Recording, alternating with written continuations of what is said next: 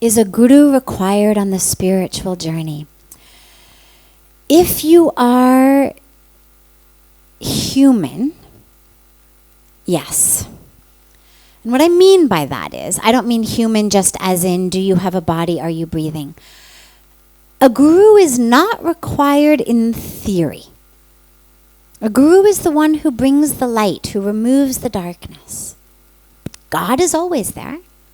There's no teaching that says you cannot reach God without a guru. But the reason I say if you're human is, one of the key challenges of being human is our own ego.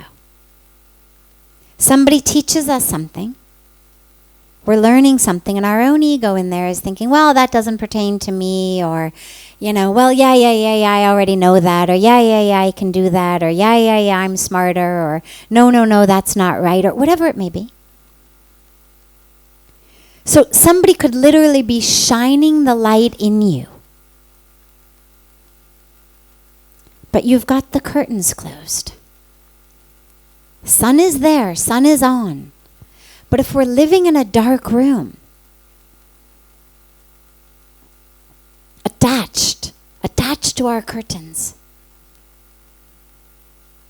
as us, convinced that our curtains are our identity, convinced that this is who I am, you're never going to see the light. The guru comes in, grabs those curtains, says, oh, there's the light. So if you happen to be free of that which makes us human, if you happen to be free of an ego,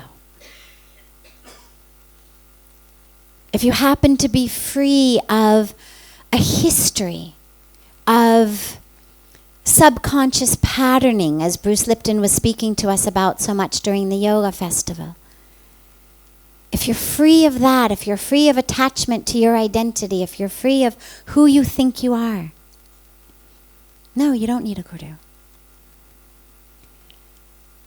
But if you get lost, if sometimes your ego leads you astray,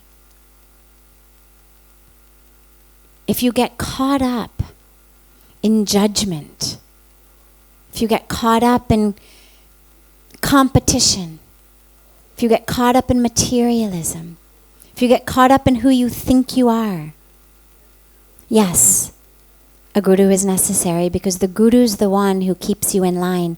And, as I always say, it's not always fun.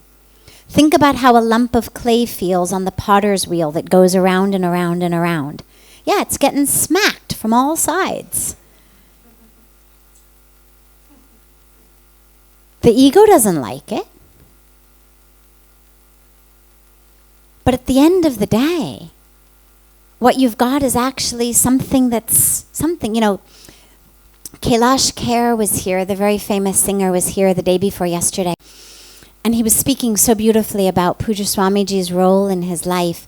And he said, you took the earth, you took the dirt, you took the pieces, you took just that which was mere material potential. You took it, you matted it up, you rolled it around, you shaped it, and out of that came Kailash Kher.